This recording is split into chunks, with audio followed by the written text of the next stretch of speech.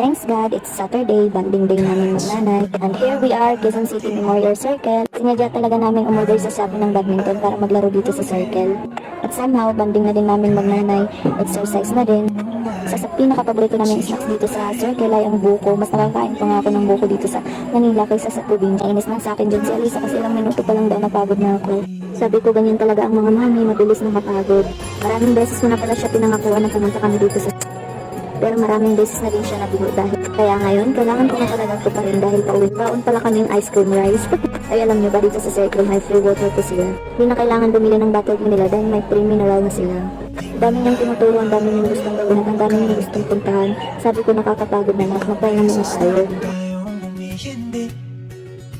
Di na mapilang ang ating mga tampuhan. Away ba't di natin di na namamalayan?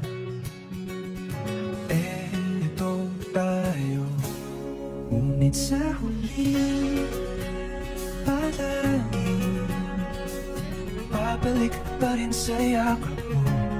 Hanggang sa huli palagi. Yan lang muna guys. Thank you so much. Ulit